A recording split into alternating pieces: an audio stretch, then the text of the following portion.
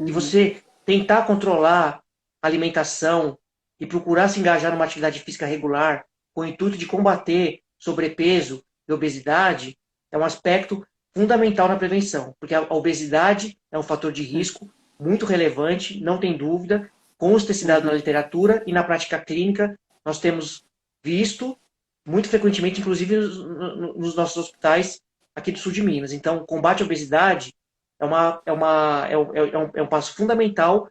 Só lembrando que quando você combate a obesidade, quando você controla seus índices de massa corporal, etc., ao mesmo tempo, você está contribuindo para o controle da pressão arterial, está contribuindo para o controle dos níveis glicêmicos, está Uhum. contribuindo para o controle do colesterol, porque é absolutamente comum que o paciente obeso seja concomitantemente hipertenso, concomitantemente diabético e dislipidêmico, que são as gorduras elevadas no sangue. Então, quando você combate a obesidade, você está simultaneamente combatendo outras comorbidades.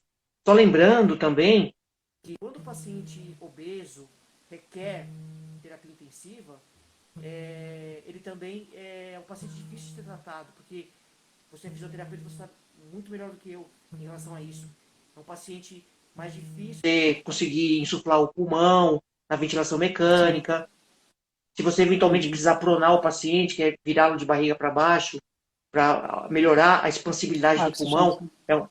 a oxigenação, é um paciente mais difícil de fazer esse trabalho. Então, o paciente obeso, ele é um fator de risco para as formas graves da doença, e caso ele desenvolva e evolua para essas formas mais graves, ele é um paciente mais difícil de ser tratado em terapia intensiva, é um paciente que pode apresentar maior mortalidade. Então, Uhum.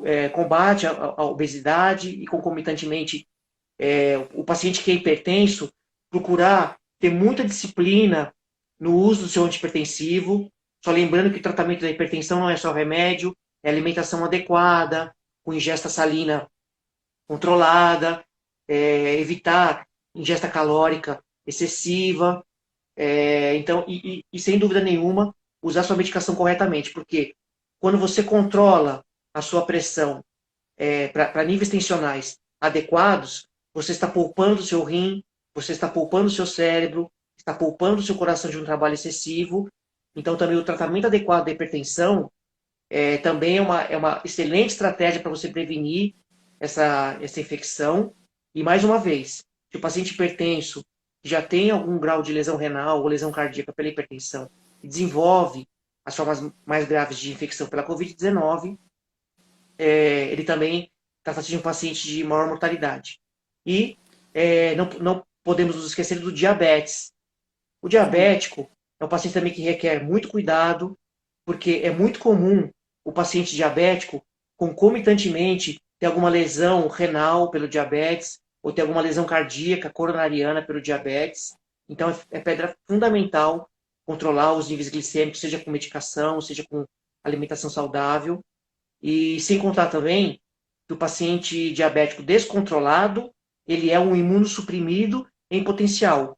Então, ele é mais Uhum. suscetível a desenvolver a infecção pelas formas graves e caso aconteça, ele é um paciente que também pode evoluir pior quando comparado ao não diabético. Então, seja É, qual for o caminho, usando é, antidiabético oral ou tá fazendo exercício, tendo dieta, controle de diabetes, é uma etapa fundamental.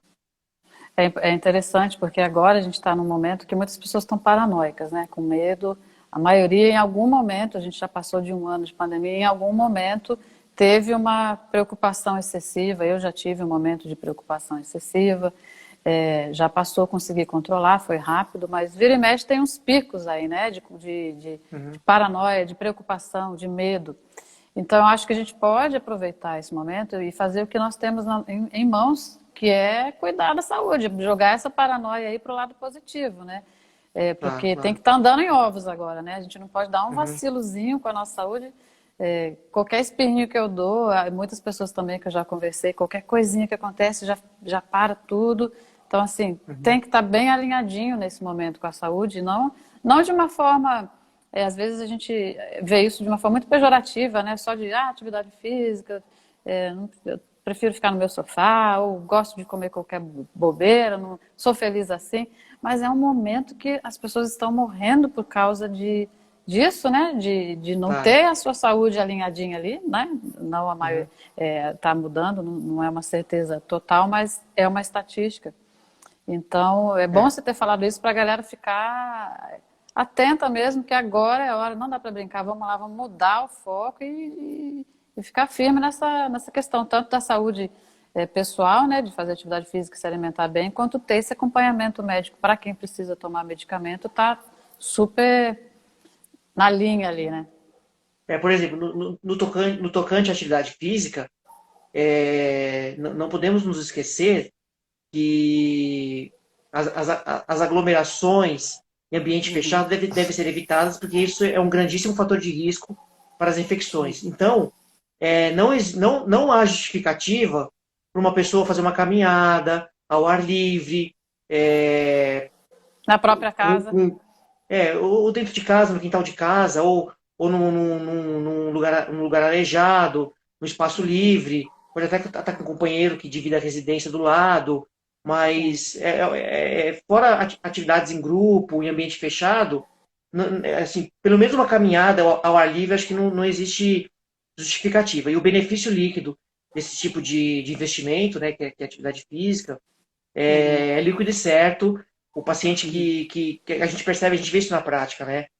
Você percebe claramente que o paciente que tem disciplina com exercício, que o paciente que tem disciplina no tratamento de doenças crônicas, mesmo que tenha uma idade mais avançada, esse paciente é mais raro dele desenvolver as formas mais graves da doença e requerer Tem terapia uma intensiva, resposta etc. diferente, né? Claro, sem Esses dúvida, pacientes têm uma resposta mais rápida, né? Mais sem dúvida, forte. sem dúvida. Quais são as patologias cardíacas de maior gravidade? Cardíaca. Bom, existem duas situações. Primeira situação é que o doente cardíaco ele é grupo de risco para as infecções no formato mais grave.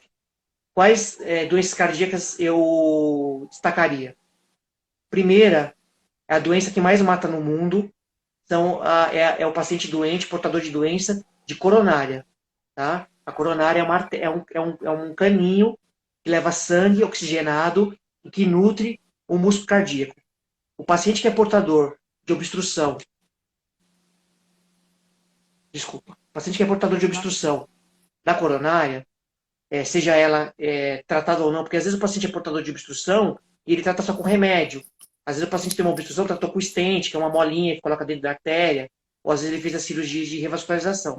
Mas no âmbito geral, o paciente que é portador de doença de coronária, ele é grupo de risco para as infecções mais graves e ele deve se preservar com os cuidados habituais, porque ele é grupo de risco. E a outra doença que eu destacaria é a insuficiência cardíaca, que é uma Uhum. doença que se trata da incapacidade do coração de contrair adequadamente, de bombear adequadamente o sangue para os tecidos do corpo.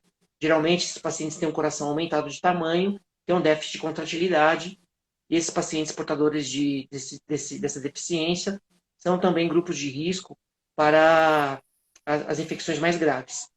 E vale destacar que esses pacientes, por que esses pacientes cardiopata evoluem pior?